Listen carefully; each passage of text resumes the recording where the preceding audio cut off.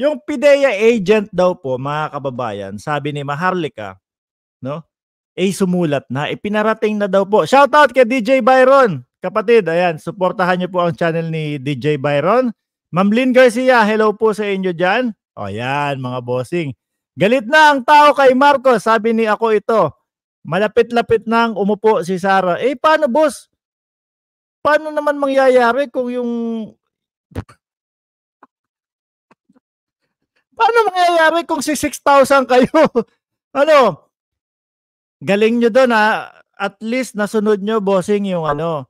Nasunod yung mga kasamahan mo, yung social distancing. Kahit wala ng ano, kahit na wala ng pandemic. Nasunod ninyo, layo-layo sila, mga kababayan. Yan ba yung makakapagpabagsak ng presidente, 6,000? Tas paunti ng paunti. Paano yun? So, sabi ni Ako Ito, isa pa. Takot na akong lumabas ng bahay. Ang dami ng Bakit ganyan? Ang simple, ang paulit-ulit yung mga mini-message mo, yung kino-comment mo. Takot na akong lumabas ng bahay. Di wag ka lumabas. Diyan ka lang sa loob, manood ka sa akin. Pero habang nanonood ka dyan, tabihan mo na ng tubig na malamig. Lalo dyan, mainit sa Pilipinas. No, mainit sa Pilipinas. Tapos sasabayan ka pa ng high blood. Dahil sa panonood sa akin. Wala na. Maglagay ka na din dyan ng amlodipine.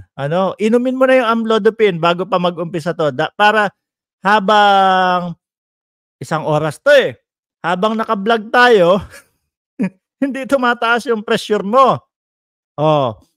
Bumibili ako sa palengke, pati yung tinder. Anak ng tinapa. Bakit ganito mga mag-comment yung mga DDS? Ang lakas magpatawa. Bumibili ako sa palengke, pati yung tindera nagdadrag sa harap ko. Tingnan mo. Hindi ba kayo yung Hindi ba kayo yung sabog? Ako Ito, hindi ba ikaw yung sabog dyan? Kung ano sinasabi mo? Lahat ng imposible sinasabi mo dyan mas magaling ka pala kay Harry Roque magpatawa, Mas magaling ka magpatawa kay Pantaleon Alvarez. Dapat ikaw yung tumakbo ng senador. Kulang sila ng doon, Joker. 'Di ba?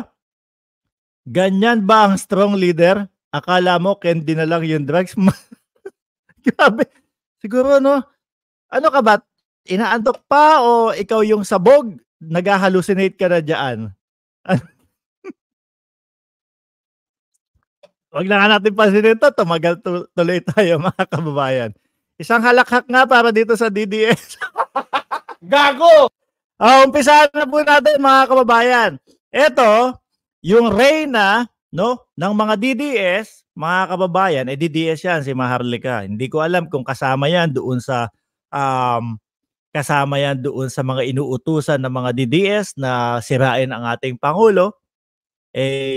Wala Pangit manira, halatang halata, hindi pa marunong magpaikot ng tao.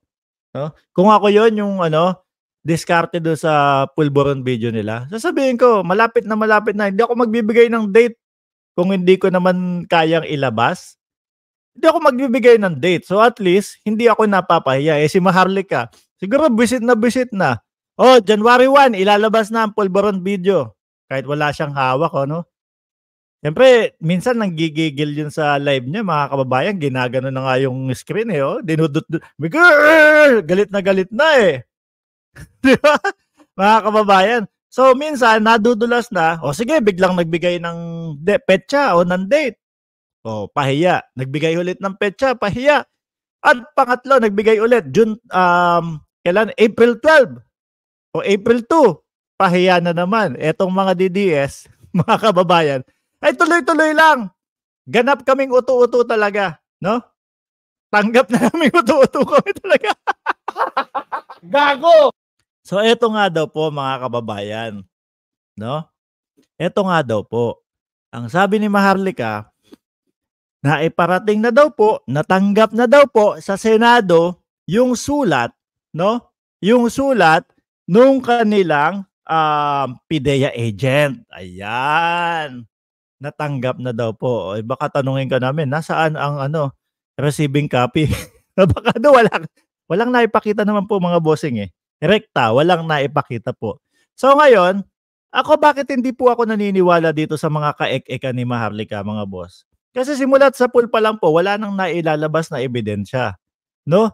Yang simulat sa pool po ng, pulburon video na 'yan, napahiya na po sila mga kababayan. 10 ng mga kasamahan niya, 10 nung mga taga-share niya, si Vic Rodriguez, sino pa? Si si Barbie.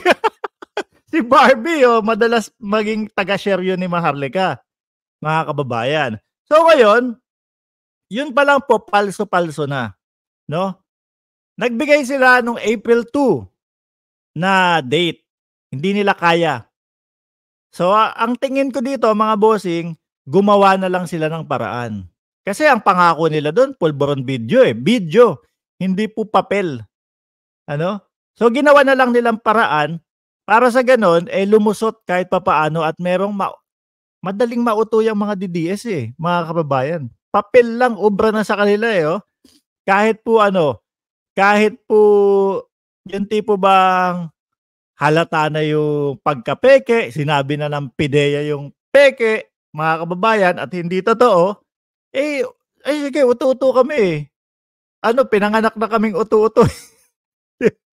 Ayan. So, para nga po medyo may laban-laban pa ng konti yung pulburon video nila, oh, maglabas tayo kunyari. Edit kayo, gawa kayo nung mga papeles kunyari, 'no?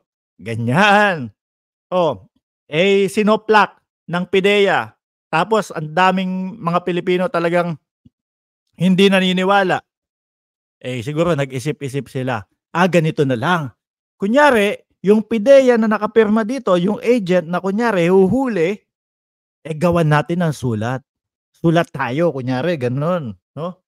Eh, mahilig pa naman po sila sa ganyan. Sila General Pulburon, ano, si Maharlika, mahilig sila sa mga ganyan. Yung tipo bang ano, kunyari may babasahin, eh, si Pulburon o si General Pulburon, eh, mga kababayan, minessage ako nung sikat na general 'to dati, pinagtatawanan lang nila yung ikinaso sa akin. Oh, gano'n ang estilo nila mga kababayan. After 2 weeks, oh, nakita mo halos parang lupaypay na si General Pulburon. Gago!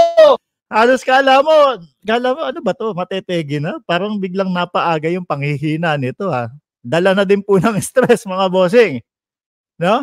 So ngayon mga kababayan, sabi ni ano, "I reported your video for harassing your viewers of spreading fake." So ngayon mga kababayan, ganito, 'no? Dahil wala silang naipakita.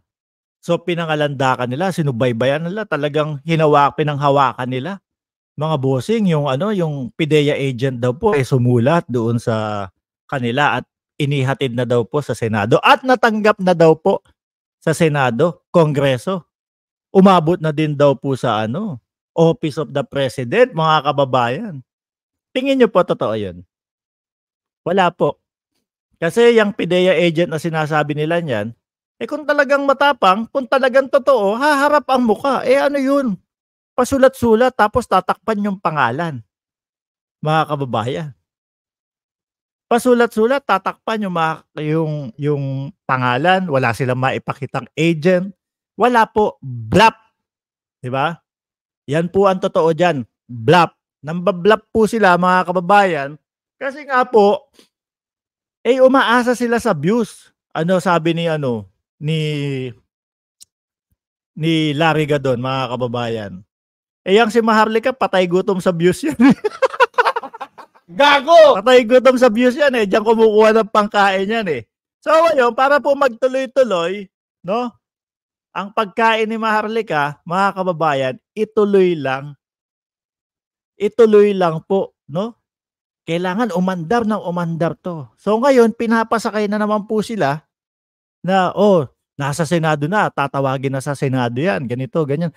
Ako naisip ko mga boss, bakit hindi kaya hindi si Senator Bato kasi yung ano diyan, eh, 'no?